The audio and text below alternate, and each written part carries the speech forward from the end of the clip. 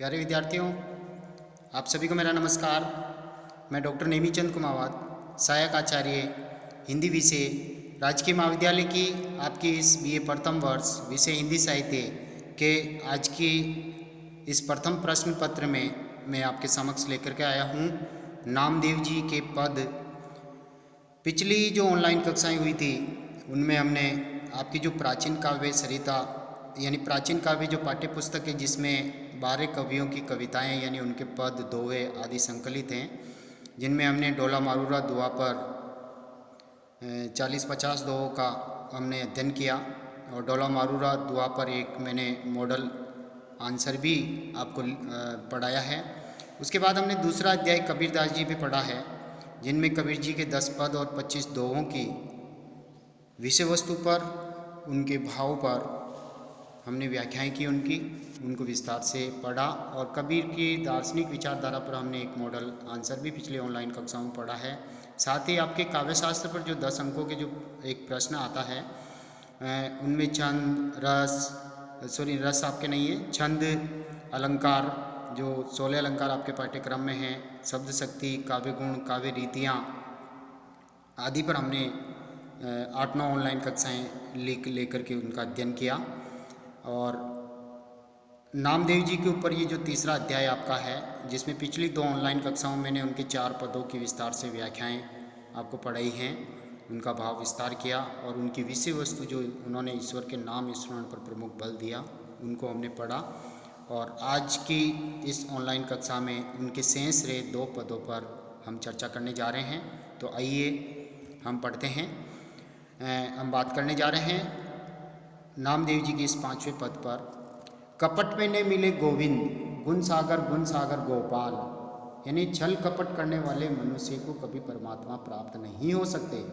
ये बात नामदेव जी यहाँ कह रहे हैं। गुण सागर यानी गुणों के सागर, गुणों का खजाना, गुण सागर गोपाल, गोपाल यानी गायों के पालक, यानी एक तरह से कृष्ण का प्रतीक भी है, लेकिन यहाँ पर निर्गुण परमात्मा जिनको हम कह सकते हैं।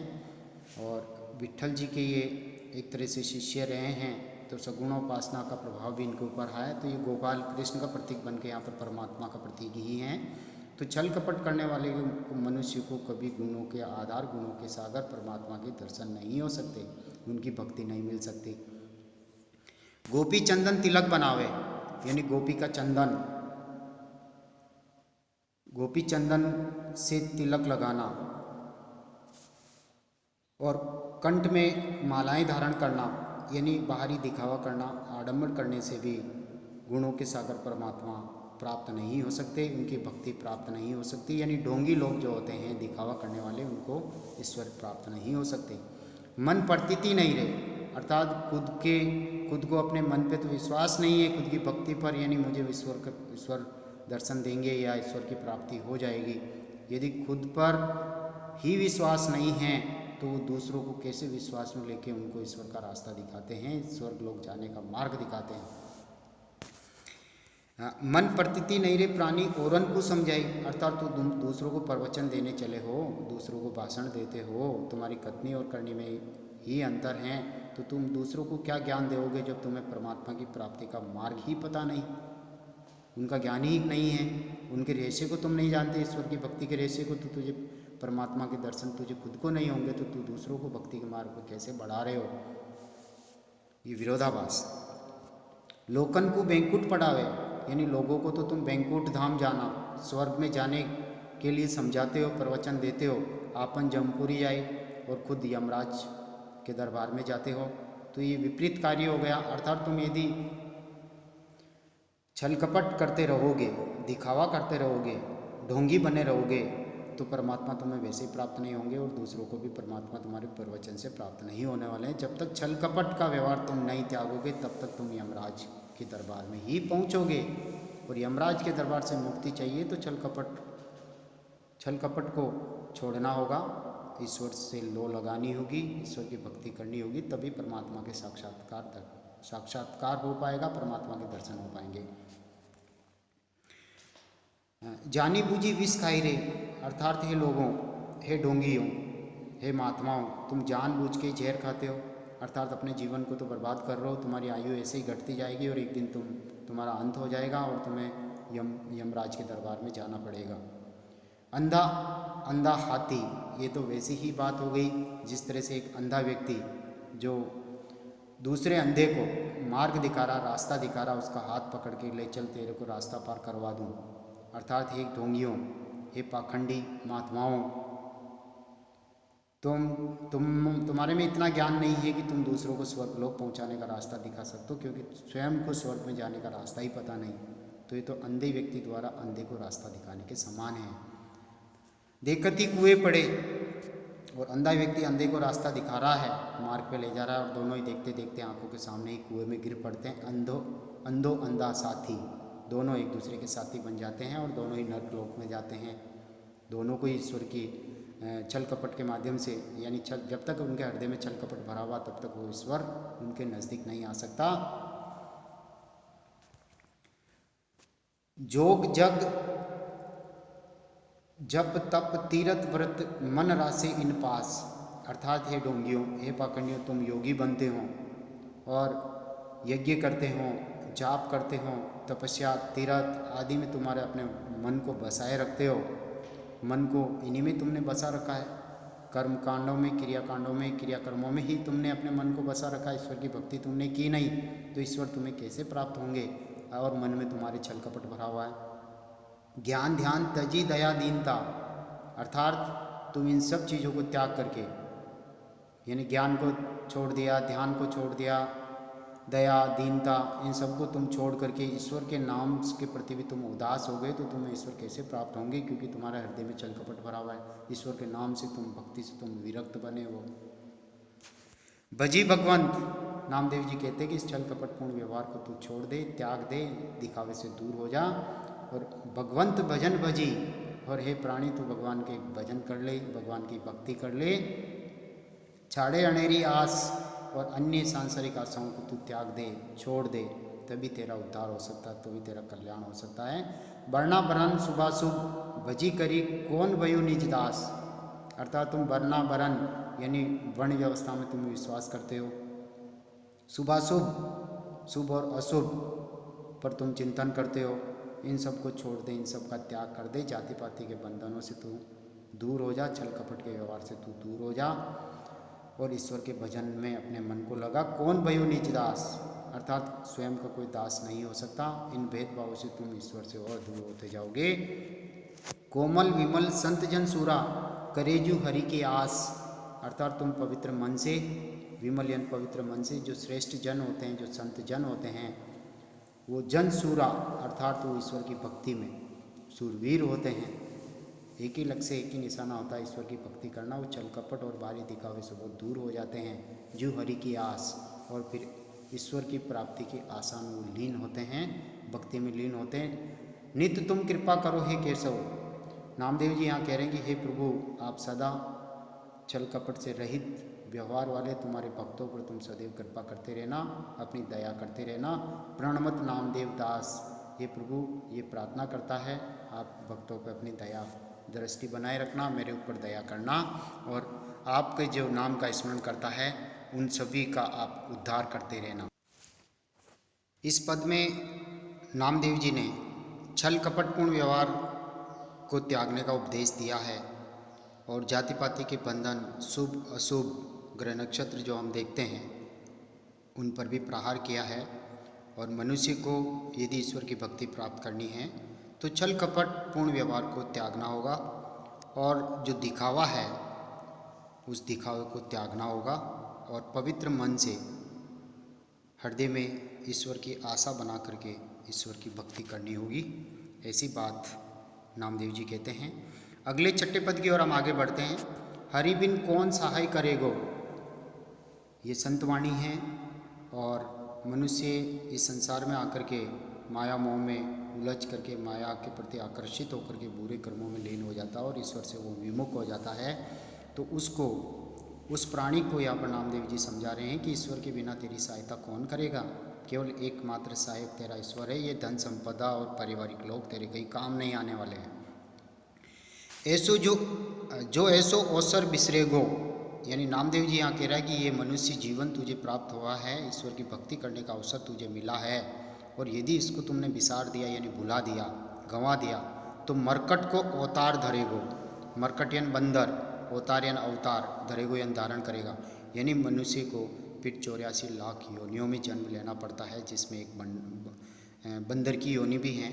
तो यहाँ पर बंदर की योनि को लेकर के, उनके कर्मों को लेकर के मनुष्य को समझाने का प्रयास किया है। नामदेव जी कह रहे हैं तो तुझे एक दिन बंदर की योनि में भी जन्म लेना पड़ेगा, यदि इस मनुष्य जन्म में तूने ये अवसर गंवा दिया, ईश्वर की भक्ति तूने नहीं की तो।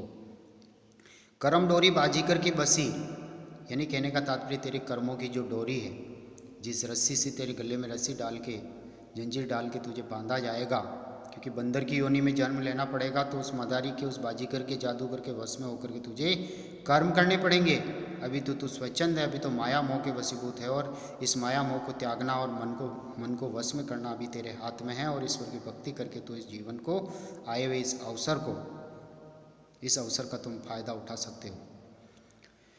नाचन गरी गरी बार फिरेगो, यानी जब बंदर का अवतार तुझे लेना पड़ेगा तो तुझे बाजीगर के वश में होकर के ही घर घर जाकर के नृत्य करना पड़ेगा, और आवागमन बार बार तुझे जन्म और मृत्यु को प्राप्त होना पड़ेगा, क्योंकि मनुष्य जन्म में ही ईश्वर की साधना की जा सकती है, ईश्वर की भक्ति की जा सकती है, ईश्वर से प्रेम किया जा सकता है। आध्यात्मिक मार्ग पर बढ़ कर के, आध्यात्मिक मार्ग पर आगे बढ़ते हुए ईश्वर की साक्षात अनुभूति की जा सकती है, मोक्ष प्राप्ति की जा सकती है, वैकुंठ धाम यानी स्वर्ग लोक पे जाया जा सकता है। ले लकुटी तो ही त्रास दिशावे, जन जन को तू पाए परेगो, यानी मदारी जो अपना खेल दिखाता है, बंदरिया का खेल, गलियों गलियों में नुक्कड़ नाटकों की तरह, तो तुझे भी लाठी के बल पर वे तुम्हारा मालिक बाजीगर तुझे डराएगा, धमकाएगा, और मार के डर से तू फिर लोगों के पैर पड़ेगा, क्योंकि उसे धन संपत्ति चाहिए, रोजी रोटी के लिए वो तेरा सहारा लेकर के वो अपना जीवन यापन करेगा। तो इसके बजाय तो अच्छा यही है कि मनुष्य योनि में तुझे जीवन मिला, अवसर आया ईश्वर की भक्ति का, तो इसको व्यर्थ मत जाने दे।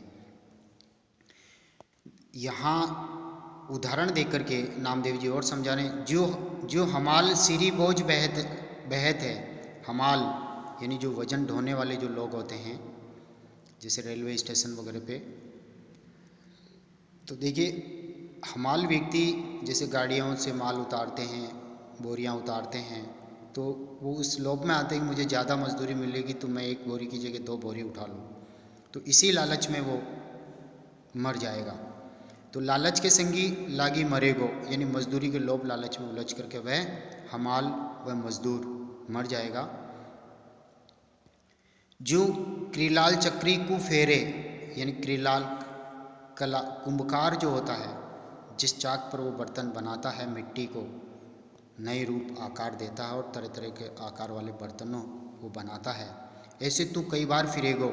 और हे मनुष्य, यदि ये अवसर गंवा दिया तो तुझे भी 84 लाख योनियों में कई बार चक्कर काटना पड़ेगा, बार बार जन्म लेना पड़ेगा और मृत्यु को प्राप्त होना पड़ेगा। कुंभकार के चक्र की तरह तू घूमता ही रहेगा, संसार चक्र में भटकता रहेगा। इसलिए इस अवसर को मत जाने दे, हाथ में तेरे अवसर आया हुआ है। माया मोह से मुक्त होकर के, छल कपट और दिखावे की ढोंगी प्रवृत्ति से दूर होकर के तू अभी ही हृदय में परमात्मा का स्मरण कर ले, याद कर ले, भक्ति कर ले, तेरा उद्धार हो जाएगा। भजी भगवंत मुक्ति के दाता, और तेरा उद्धार करने वाला, तुझे इस सांसारिक माया मोह से मुक्त करने वाला, इस जीवन का उद्धार करने वाले का उस ईश्वर की तू भजन कर ले, उसकी भक्ति कर ले। राम कैया कछु ना बिगड़ेगो, और राम नाम का स्मरण करने से तेरा कुछ बिगड़ने वाला नहीं है। इस मुँह से छल कपटपूर्ण दिखावे की वाणी न निकाल करके उसके स्थान पर तू राम के नाम का स्मरण कर, तो तेरा कुछ बिगड़ने वाला नहीं है। नाव प्रताप राशि उर अंतर, नाव प्रताप यानी ईश्वर के नाम का जो प्रभाव है उसको हृदय में धारण कर। राशि यानी रख, उर यानी हृदय, अंतर भीतर, यानी तेरे हृदय के भीतर ईश्वर के नाम की तू आशा बनाए रख और उस प्रभाव को स्मरण कर, याद कर कि ईश्वर के नाम का स्मरण करने से क्या होने वाला है। नामदेव शरणे उबरेगो, नामदेव कह रहे हैं शरणे यानी शरण में, उबरेगो यानी उद्धार होगा, अर्थात ईश्वर की शरण में जाने पे ही संसार सागर से तेरा उद्धार होगा, तुझे मोक्ष प्राप्ति होगी। तो यहाँ हमने नामदेव जी की जो 6 पद आपके पाठ्यक्रम में यहाँ दिए हुए हैं, पाठ्य पुस्तक में, उन 6 पर हमने विस्तार से चर्चा की है। इनकी समग्र जो विषय वस्तु है, उन्होंने नाम स्मरण पर विशेष बल दिया, भक्ति पे विशेष बल दिया, दिखावे की प्रवृत्तियों पर प्रहार किया, जाति पाति के बंधन पर उन्होंने प्रहार किया और मूल रूप से ईश्वर के नाम स्मरण को इन्होंने सब कुछ माना कि वही तेरी सहायता करने वाला है, तेरी भक्ति तेरे साथ चलने वाली है, सांसारिक सारी वस्तुएं यहीं की यहीं रह जाएगी, कोई तेरी सहायता करने वाले इनमें से नहीं है। इसलिए मनुष्य तू अभी भी सचेत हो जा, सावधान हो जा, अभी भी समय है। मनुष्य योनि में तुझे जन्म मिला है तो तू तेरे करणीय जो कर्म है ईश्वर की भक्ति के, उन कर्मों को कर, और जो त्याज्य कर्म है माया मोह छल कपट दिखावा, इन सब को तू त्याग दे। अभी भी समय है, तेरा उद्धार हो सकता है, तुझे मोक्ष प्राप्ति हो सकती है। परमात्मा का तू अंश है आत्मा रूप में, और ये आत्मा उसी तरह से अजर अमर हैं और परमात्मा के समकक्ष हो जाएगी। यानी नामदेव जी ने यहाँ पर भक्त लोगों को परमात्मा का दर्जा दिया है। तू भक्तों की संगति कर, जिससे सांसारिक माया मोह से तेरी मुक्ति होगी और ईश्वर की प्राप्ति का मार्ग तेरे लिए आसान हो जाएगा। तो प्यारे विद्यार्थियों, हमने 3 अध्यायों का अध्ययन कर लिया है। ढोला मारूरा दुआ पहला अध्याय, दूसरा अध्याय कबीरदास जी के पद, तीसरा अध्याय नामदेव जी के पद, और अब हम अगला जो चौथा अध्याय है संतवाणी का, अगली ऑनलाइन कक्षा में हम उसको पढ़ेंगे। तब तक के लिए धन्यवाद।